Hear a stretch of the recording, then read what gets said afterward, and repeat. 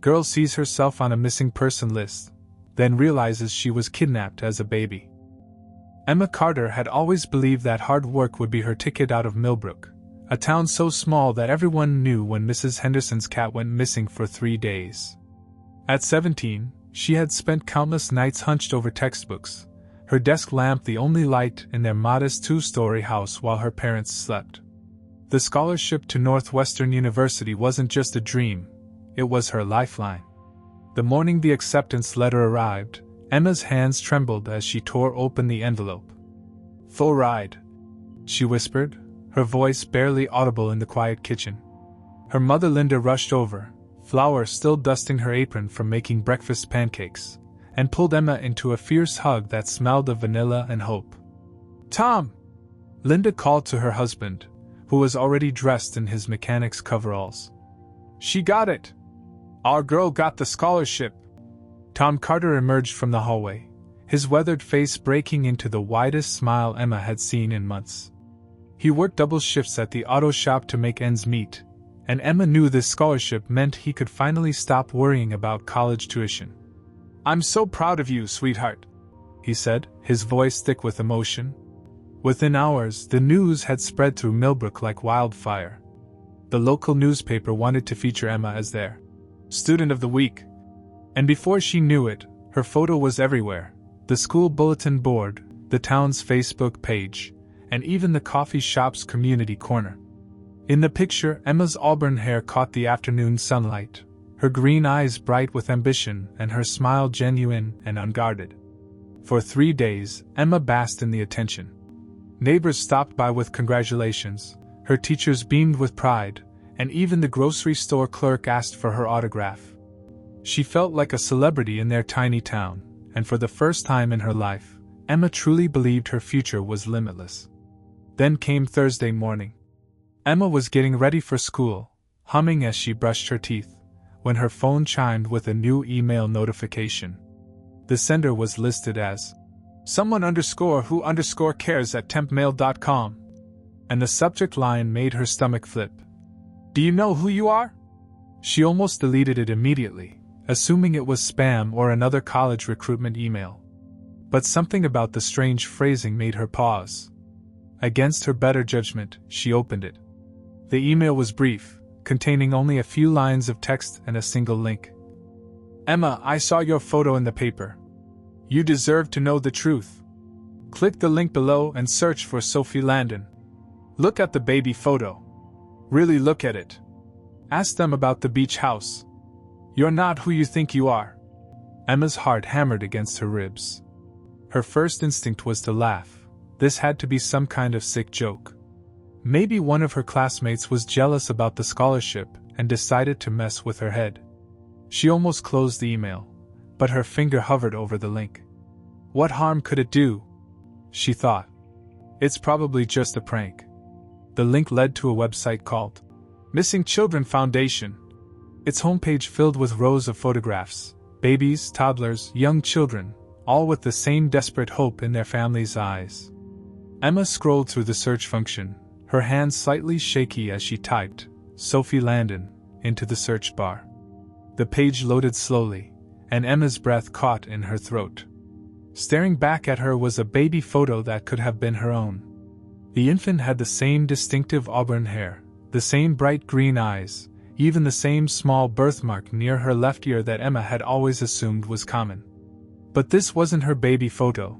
It was labeled Sophie Landon, missing since August 15, 2007. Emma's phone slipped from her hands, clattering onto the bathroom floor. The missing child report was heartbreaking in its detail. Baby Sophie had disappeared from a beach house in Ocean City during a family vacation. She was 11 months old, wearing a yellow sundress with tiny daisies. The family had been staying at a rental property, and Sophie had vanished during an afternoon nap while her parents and older brother were on the beach. No ransom note, no witnesses, no trace. Emma's birthday was August 20th, 2007. She had been adopted when she was nearly a year old. The coincidence was impossible to ignore, but Emma's mind scrambled for rational explanations. Lots of babies looked similar. The internet was full of doppelgangers. This was just a cruel prank, someone trying to mess with her head during what should have been the happiest time of her life. But as she stared at the photo, something deep in her chest began to ache. The baby's eyes weren't just similar to hers, they were identical. The birthmark wasn't just in the same general area, it was in the exact same spot, the same unusual shape that looked like a tiny crescent moon. Emma picked up her phone with trembling fingers and read the email again. Ask them about the beach house. What beach house? Her family had never owned a beach house. They barely had money for their annual camping trip to the state park. But the words echoed in her mind like a whisper she couldn't shake. She screenshot the missing child report and closed the browser, her mind racing. This was insane. Her parents loved her. They had raised her, celebrated every birthday, cheered at every school play. Tom had taught her to ride a bike, and Linda had stayed up all night when she had the flu. They were her parents in every way that mattered. But a small, treacherous voice in the back of her mind whispered, "But are they really?" Emma splashed cold water on her face and looked at herself in the mirror. Her reflection stared back, but for the first time in her life, she wasn't sure who she was looking at. Was she Emma Carter, the scholarship winner from Millbrook? Or was she Sophie Landon, a missing child who had been lost for nearly 18 years? The bathroom door rattled as her mother knocked. "Emma, honey, you'll be late for school." "Coming, Mom," Emma called back, but the word felt strange in her mouth. She grabbed her backpack and headed downstairs, where Linda was packing her lunch with the same care she had shown every school day for years. "You seem quiet this morning," Linda observed, studying Emma's face with concern. "Are you feeling okay?" Emma forced a smile. "Just thinking about college stuff." But as she kissed her mother goodbye and headed out the door, Emma couldn't shake the feeling that everything she thought she knew about her life was about to change forever. The email had planted a seed of doubt that was already beginning to grow, and she knew there would be no going back to the innocent girl who had celebrated her scholarship just days before. The truth, whatever it was waiting for her. And Emma wasn't sure she was ready to find it. Emma couldn't concentrate on anything at school. During chemistry class, she stared at the periodic table without seeing it. In English, she pretended to take notes, while her mind replayed the baby photo over and over. By lunch, she had made a decision that terrified her. She was going to test the waters at dinner. The rest of the day crawled by like torture. Emma rehearsed different ways to bring up the beach house casually, but every approach felt clumsy and obvious. How do you ask your parents about something that might not even exist? How do you accuse the people who raised you of lying without actually accusing them? When she finally walked through the front door that afternoon, the familiar smell of her mother's pot roast should have been comforting. Instead, it made her stomach churn with anxiety. Everything looked the same: the family photos on the mantel, her father's reading glasses on the side table, her mother's knitting basket by the couch, but Emma felt like she was seeing it all through a stranger's eyes. "How was school, sweetheart?" Linda asked, emerging from the kitchen with an apron tied around her waist. Her brown hair was pulled back in its usual ponytail, and she wore the same warm smile that had greeted Emma every day for as long as she could remember. "Fine," Emma managed, though her voice sounded strained even to her own ears. Linda's brow furrowed with concern. "You sure? You've seemed off since this morning." Emma forced a smile. "Just tired, I guess." Dinner felt like the longest meal of Emma's life. Her parents chatted about their day, Linda's shift at the diner, Tom's work on Mrs. Peterson's old Ford, while Emma pushed food around her plate, building up courage. Finally, during a lull in conversation, she took a deep breath. "Hey, I was wondering," she began, trying to keep her voice casual. "Did we ever go to a beach house when I was little?" The effect was immediate and devastating. Linda's fork clattered against her plate, and her face went completely white. Tom's jaw tensed, and he shot a sharp look at his wife before turning back to Emma with forced calm. "A beach house?" Tom repeated, his voice carefully neutral. "No, honey, we've never been able to afford beach vacations. You know that." But Emma was watching her mother, whose hands were now trembling as she reached for her water glass. "Mom?" Emma pressed gently. "Are you okay?" "I'm fine," Linda whispered, but tears were already forming in her eyes. Why would you ask about that?" Emma's heart was pounding so hard she was sure they could hear it. "I just thought maybe, when I was a baby or something." "Emma," Tom said, his voice taking on a warning tone. "Where is this coming from?" The question hung in the air like a loaded gun. Emma could back down now, pretend it was nothing, and maybe preserve the illusion of normalcy for a little longer. But looking at her mother's pale face and her father's defensive posture, she knew the truth was already clawing its way to the surface. "I got an email," Emma said quietly. "Someone told me to ask about the beach house." Linda's composure cracked completely. She buried her face in her hands and began to sob, deep, wrenching sobs that seemed to come from a place of long-buried guilt. Tom immediately moved to comfort her, but Emma could see the panic in his eyes. "What email?" Tom demanded. "Who would send you something like that?" Emma pulled out her phone and showed him the screenshot of the missing child report. Tom's face went ashen as he stared at the photo of baby Sophie Landon. "Oh God," he whispered. "Linda, she knows." The words hit Emma like a physical blow. "She knows." That meant there was something to know. Linda looked up through her tears, her face streaked with mascara. "We never meant for this to happen," she choked out. "We just wanted a baby so badly, and we thought it was legitimate." Emma's world tilted sideways. "What do you mean, legitimate?" Tom sat heavily in his chair, suddenly looking much older than his 45 years. "We tried for years to have a baby," he said slowly. "We went through fertility treatments, adoption agencies, everything. But we kept getting rejected or waitlisted, and Linda was falling apart. I was desperate," Linda whispered. "I felt like such a failure. All I wanted was to be a mother. Then this lawyer contacted us," Tom continued. "He said he had a client who was pregnant and looking for a good family. It was supposed to be a private adoption.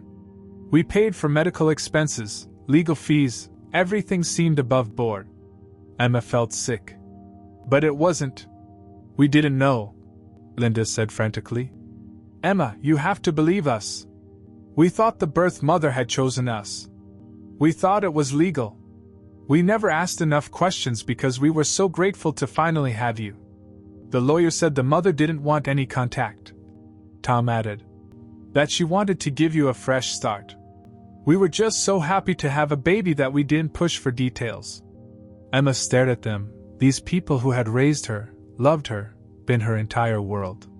"So you knew I was adopted?" "Yes," Linda whispered. "But we were going to tell you when you were older. We wanted you to feel secure first. And you never wondered why some lawyer was just giving away babies?" Tom winced. Looking back, yes. There were red flags. But we were so desperate, and he seemed so professional. He had an office, official paperwork. "What was his name?" Emma asked. "Richard Brennan," Linda said. "But honey, this was almost 18 years ago. We lost touch with him years ago." Emma felt like she was drowning. These people, her parents, the only family she had ever known, had essentially bought her from some shady lawyer. They might not have known she was kidnapped, but they had certainly turned a blind eye to anything that might have complicated their dream of having a child. "So I'm not Emma Carter," she said, her voice barely audible. "You are Emma Carter," Tom said firmly. "You're our daughter. We raised you, we love you, and nothing will ever change that." But Emma was already pulling up the missing child report on her phone. "My name is Sophie Landon. I was kidnapped from a beach house in Ocean City. I have real parents who have been looking for me for 18 years. The words hung in the air like a death sentence. Linda's sobs intensified, and Tom looked like he might be sick. "Emma," he said desperately, "we are your real parents. We're the ones who were there for every scraped knee, every nightmare, every birthday. We're the ones who love you." But Emma was already standing up from the table, her chair scraping against the floor. "I need some air," she said, and before either of them could stop her, she was out the door, running into the night with tears streaming down her face. Behind her, she could hear Linda calling her name, but Emma didn't stop. She ran until her lungs burned, until she reached the old oak tree at the end of their street where she used to climb as a child. She sat beneath it, looking up at the stars, and wondered if somewhere out there, another family was looking at the same sky and missing their daughter named Sophie. Emma spent 3 sleepless nights wrestling with her decision.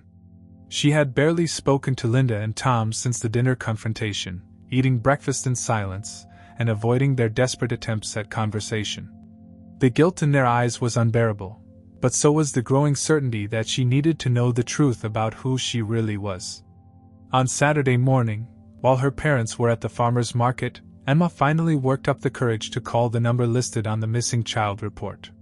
Her hand shook as she dialed, and she almost hung up 3 times before a woman's voice answered. "Hello? Hi." Emma's voice cracked. Is this in Landon?" There was a pause. "Yes, who is this?" Emma took a shaky breath. "My name is Emma Carter, but I think I might be Sophie." The silence that followed was deafening. Emma could hear Anne's sharp intake of breath, then muffled voices in the background. "Can you hold on, sweetie?" Anne's voice was trembling. "I'm going to put you on speaker so my husband can hear." A deeper voice came on the line. "This is Mark Landon. Honey, can you tell us why you think you might be Sophie?" Emma explained everything: the scholarship photo, the anonymous email, the missing child report, her parents' confession about the adoption. As she spoke, she could hear quiet crying on the other end of the line. "We never stopped looking," Anne whispered. "Never. We hired private investigators, put up flyers, checked every lead. We've been waiting 18 years for this phone call. I know this is overwhelming," Mark added, his voice gentle but strained. "But would you be willing to meet us? We live in Riverside, about 3 hours from Millbrook. We could meet somewhere in between, somewhere public where you'd feel safe." Emma's throat tightened. "I'd like that." They arranged to meet at a diner in Carsonville, a small town halfway between them. Emma told Linda and Tom she was going to study at the library, hating herself for the lie but knowing they would try to stop her. She had never felt more alone as she drove her beat-up Honda down the highway, her mind racing with questions and fears. The diner was nearly empty when she arrived. Emma recognized them immediately, not from photos, but from something deeper. And had the same auburn hair, now streaked with silver, and the same green eyes. Mark was tall and lean with kind eyes behind wire-rimmed glasses. The young man sitting with them had to be Jake, her brother, who looked so much like her that seeing him was like looking into a male version of herself. And stood up the moment Emma walked in, her hand flying to her mouth. "Oh my God!" she breathed. "You look exactly like your baby pictures, just grown up." The next few moments were a blur of awkward introductions and overwhelming emotions. Emma slid into the booth across from them, feeling like she was in a dream. These people were strangers, but they were also her family, her blood, her DNA, her history. "We brought some things to show you," Anne said, pulling out a worn photo album with shaking hands. "Pictures of you as a baby, your nursery, your first birthday party." Emma flipped through the album, her heart breaking with each page. There she was as a chubby baby, laughing in a high chair. There she was taking her first steps in a sunny backyard. There she was on her first birthday, chocolate cake smeared on her face, surrounded by family who loved her. "We celebrated your birthday every year," Mark said quietly. "We'd have a little cake and talk about you, wonder what you were doing, if you were happy." Jake spoke for the first time, his voice rough with emotion. "I used to leave an extra present under the Christmas tree for you. Mom and Dad thought I didn't notice, but they never threw it away." Emma's eyes filled with tears. "I'm so sorry. I'm sorry I was gone. I'm sorry you suffered. None of this is your fault," Anne said firmly, reaching across the table to squeeze Emma's hand. "You were a baby. You were taken from us. Can you tell me what happened?" Emma asked. "That day at the beach house?" Mark and Anne exchanged a look heavy with 18 years of pain. We were staying at a rental house in Ocean City, Mark began. It was supposed to be a family vacation. You had been fussy that morning, so I put you down for a nap while Jake and I went to build sandcastles on the beach. I was doing laundry, and continued, her voice barely above a whisper. I was in the basement, and I could hear you on the baby monitor. You were sleeping peacefully. When I went to check on you 20 minutes later, you were gone. The window was open, and your favorite stuffed elephant was on the floor. Emma's breath caught. I still have a stuffed elephant. It's old and worn, but I've had it as long as I can remember. Anne's eyes widened. It was pink and gray with a little blue bow around its neck. Yes, Emma whispered. The confirmation seemed to break something in Anne. She started crying again, and Mark put his arm around her shoulders. Jake was staring at Emma with a mixture of wonder and grief. We called the police immediately, Mark continued. They searched everywhere, interviewed everyone. But there were no witnesses, no signs of a struggle. You just vanished. The police said someone must have been watching the house, and added. They knew our routine, knew when you'd be alone. It was planned. Emma felt sick thinking about it. Someone had stalked her family, waited for the perfect moment, and stolen her from her crib. Did you ever hear the name Richard Brennan? No, Mark said.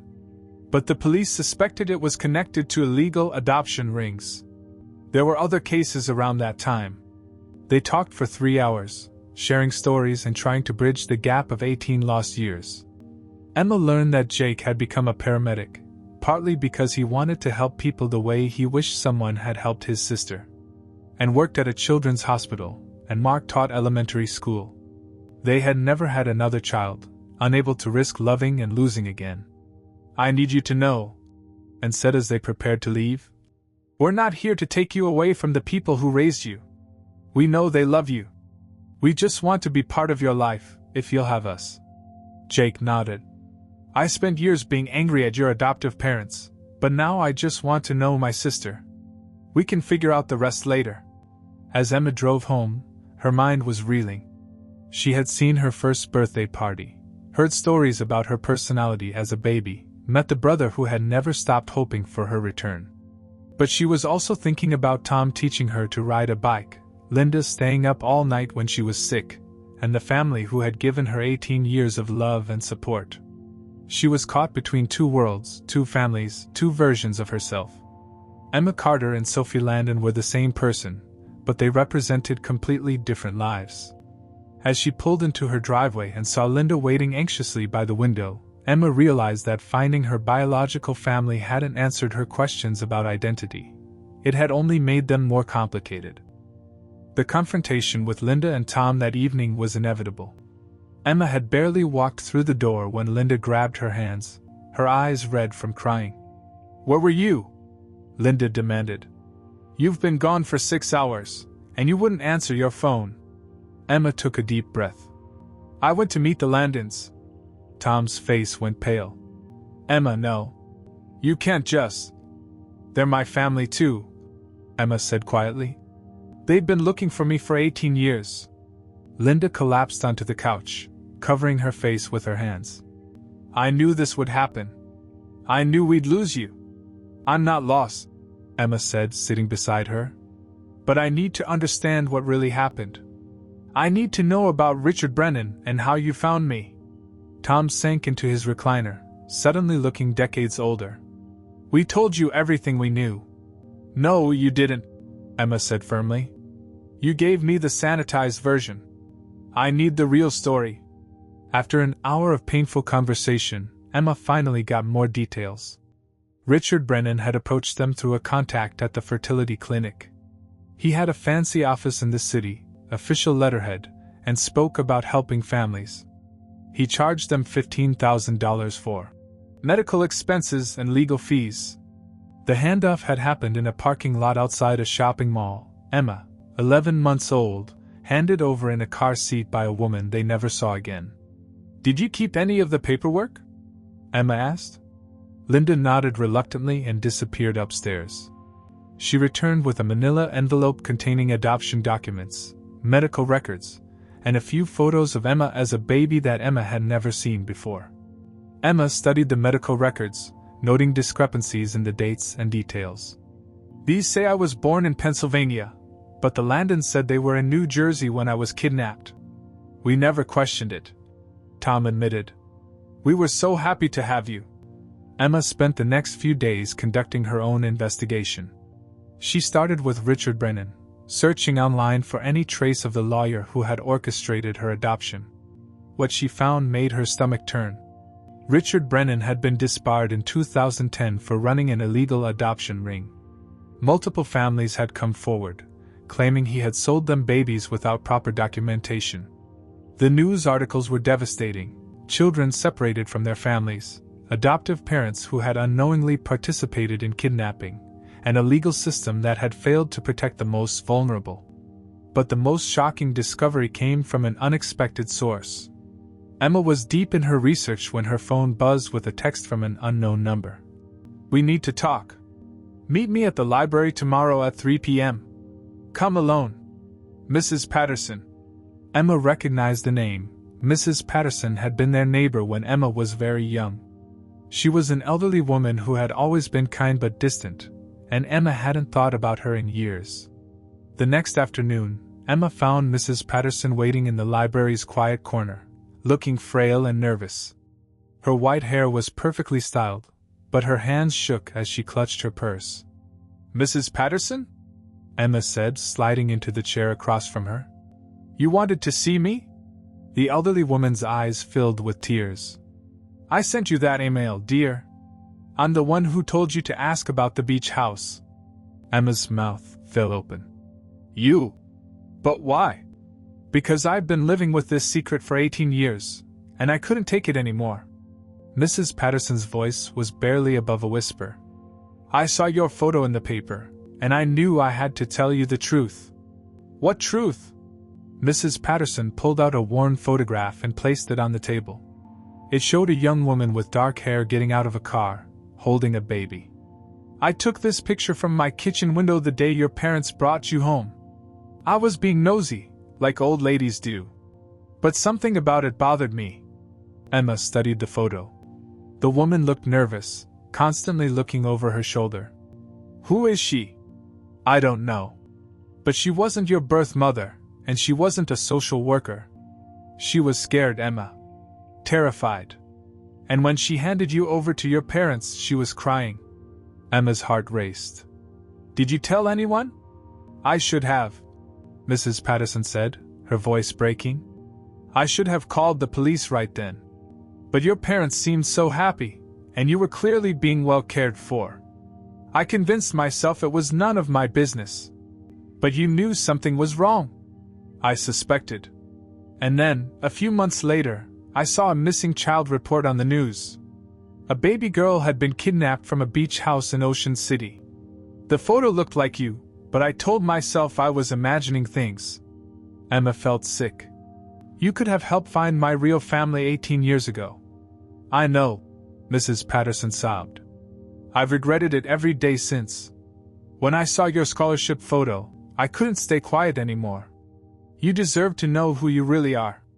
Emma stared at the photograph, her mind reeling. This woman, whoever she was, had been part of the kidnapping. But she had also seemed reluctant, scared.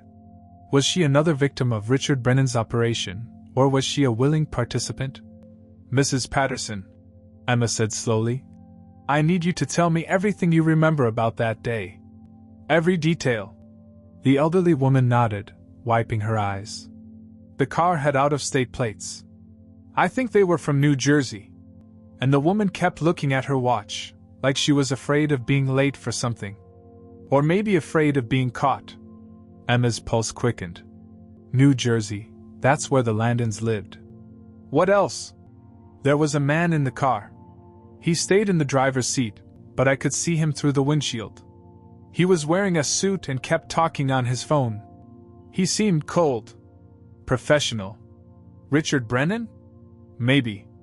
And Emma. Mrs. Patterson reached across the table to squeeze her hand. I want you to know that your parents, Linda and Tom, they had no idea. They thought they were getting a baby whose mother had chosen adoption. They were victims too. Emma nodded, understanding that the situation was far more complex than she had initially thought. There were victims at every level: the Landons, who had lost their daughter, Linda and Tom, who had been deceived into participating in kidnapping, and herself, stolen from one family and given to another. As she drove home, Emma realized that finding the truth wasn't just about her identity anymore. It was about justice for everyone who had been hurt by Richard Brennan's crimes. She had two families who loved her, but she also had a responsibility to ensure that what happened to her never happened to another child. The investigation was far from over. In fact, it was just beginning. Emma knew she couldn't move forward without having the hardest conversation of her life. She needed to sit down with Linda and Tom, not as their confused daughter demanding answers, but as someone who finally understood the full scope of what had happened to all of them. She found them in the living room that Sunday evening, sitting together on the couch like they were bracing for bad news. Linda's eyes were puffy from crying, and Tom looked like he hadn't slept in days. When Emma entered the room, they both looked up with expressions of hope and terror. "We need to talk," Emma said gently, settling into the chair across from them. "All of us." "Emma," Linda began, her voice shaking. "If you're going to leave us, please just—" "I'm not leaving you," Emma interrupted. "But we need to be honest with each other about everything." She told them about Mrs. Patterson, about the photograph, about Richard Brennan's criminal history. As she spoke, she watched her parents' faces cycle through shock, horror, and finally, a deep sadness that seemed to settle in their bones. "We were so naive," Tom whispered when she finished. "We wanted a baby so desperately that we ignored every red flag." "You were victims too," Emma said. "Mrs. Patterson was right about that. Brennan manipulated you, just like he manipulated that woman in the photograph." Linda looked up with tears streaming down her face. "But we took you from your real family. We robbed them of 18 years with their daughter." "You gave me 18 years of love," Emma replied. "You taught me right from wrong, you celebrated my achievements, you held me when I cried. That's not nothing. That's everything." Tom leaned forward, his voice thick with emotion. "But how can you forgive us? How can you look at us and not see the people who stole your life?" Emma was quiet for a long moment, thinking about the Landons' grief, about Mrs. Patterson's guilt, about the complexity of love and family and belonging. "Because you didn't steal my life," she said finally. "You gave me a different life. A good life. And now I have the chance to have both." She told them about her plan to maintain relationships with both families, to honor the love she had received from Linda and Tom while also building connections with Mark and Jake. She explained that she didn't want to choose sides in a battle where everyone had already lost so much. "I want to spend time with the Landons," she said. "I want to learn about my heritage, about who Sophie would have been. But I also want to keep being Emma, the girl you raised. I need both parts of myself." Linda nodded through her tears. "We understand. And we want you to know them. They deserve to have their daughter back. Even if it means sharing you," Tom added, though his voice cracked with the effort. The conversation shifted when Emma proposed something that surprised them all. "I think we should meet them. Together. All of us." Linda's eyes widened. "Emma, I don't think they'd want to see us. We're the people who—" "You're the people who loved their daughter when they couldn't," Emma said firmly.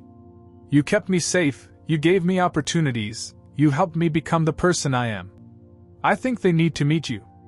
A week later, Emma arranged for both families to meet at a neutral location, a small coffee shop in Carsonville, the same town where she had first met the Landons.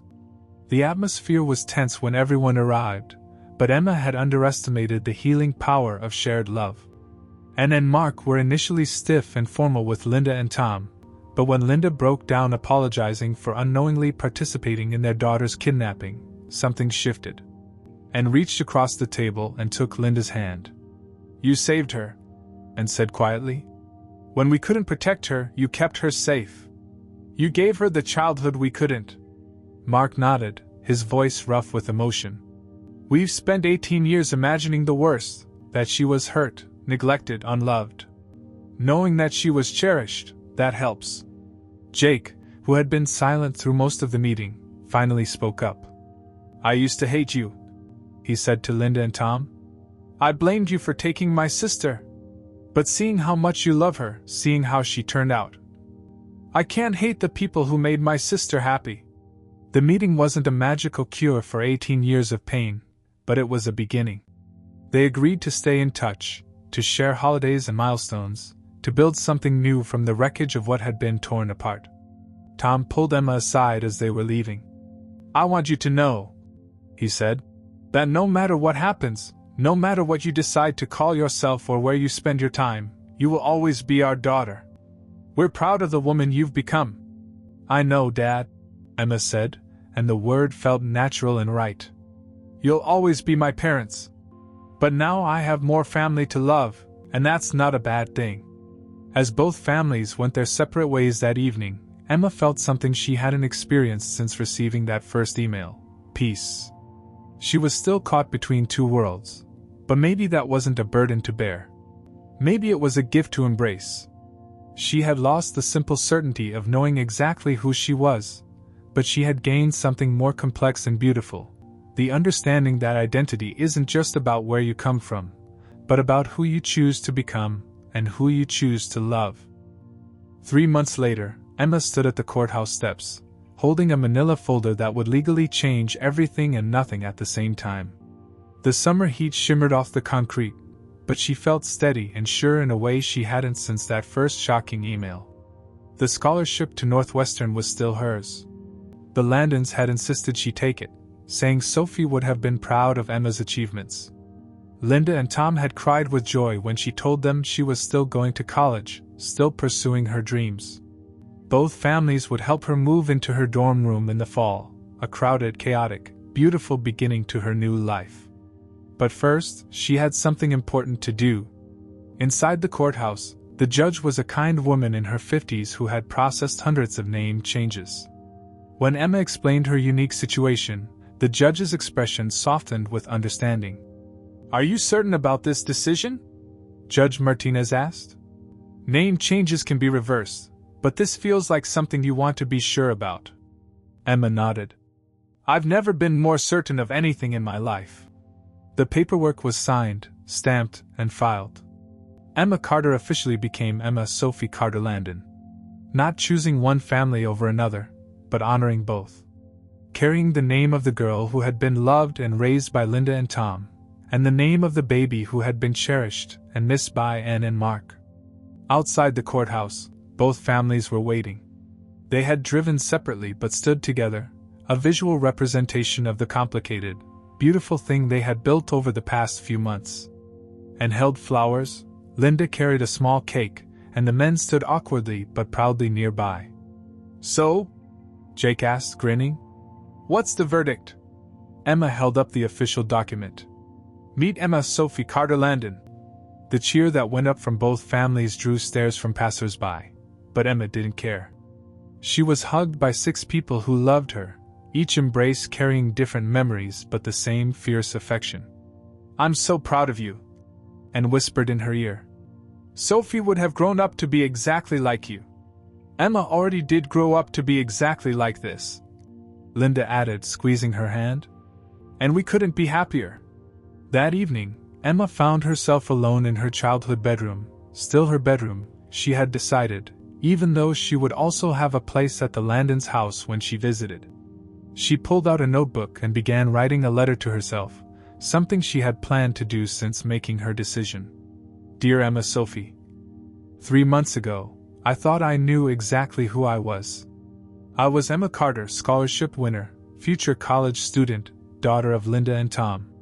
I had plans and dreams and a clear path forward. Then one email changed everything. I learned that I was also Sophie Landon, missing child, lost daughter, sister to Jake. I discovered that love doesn't follow the rules we think it should, and that family isn't always defined by biology or law. For a while, I thought I had to choose. Emma or Sophie. The Carters or the Landons. The life I had lived or the life I should have had. But I've learned something important. I don't have to choose between the pieces of myself. I can be both. I can honor the 18 years of love Linda and Tom gave me while also embracing the heritage and connection I share with Mark and Jake. I am not just what was taken from me. I am not just what was given to me. I am what I choose to become. I choose to go to Northwestern and study journalism, because I want to tell stories like mine, stories about families torn apart and rebuilt in unexpected ways. I choose to spend Christmas with the Carters and Easter with the Landons, and maybe Thanksgiving with everyone together. I choose to call Tom and Linda Mom and Dad, because that's who they've been to me, and I choose to call and Mark by their first names until maybe someday I find other words that feel right. I choose to be Jake's sister, even though we're still figuring out what that means. I choose to forgive Mrs. Patterson, because guilt is a heavy burden, and she carried it long enough. I choose to remember that Richard Brennan's crimes don't define any of us, not the families he tore apart, not the children he displaced, not the parents he deceived. Most importantly, I choose to embrace the complexity of my identity instead of running from it. I am Emma Sophie Carter Landon, and that name tells the whole story. The girl who was lost, the girl who was found, the girl who was loved by multiple families, and the young woman who decided that all of it mattered. Tomorrow I start my senior year of high school with a new name and an old dream. In a few months, I'll go to college and begin the next chapter of my life. I'll carry pieces of both families with me, Linda's strength, Tom's work ethic, Anne's compassion, Mark's wisdom, and Jake's protective spirit. I am not broken by my complicated beginning. I am made stronger by it. I am enough, exactly as I am, with all my fractured pieces and multiple families and hyphenated last name. I am Emma Sophie Carter Landon, and I am finally, completely, unapologetically myself. Love me? Emma sealed the letter in an envelope and placed it in her jewelry box, next to the pink and gray elephant that had traveled with her from one family to another, a bridge between Sophie and Emma, between past and present. Outside her window, she could hear Linda and Anne planning a joint graduation party, their voices mixing and harmonizing like a song she was still learning to sing. Tom and Mark were discussing the best route to Northwestern, already planning their caravan to move her into the dorms. Emma smiled and turned off her light. Tomorrow would bring new challenges and new joys, but tonight she was exactly where and who she was meant to be, surrounded by love, defined by her own choices, and ready to write the next chapter of her extraordinary, complicated, beautiful life.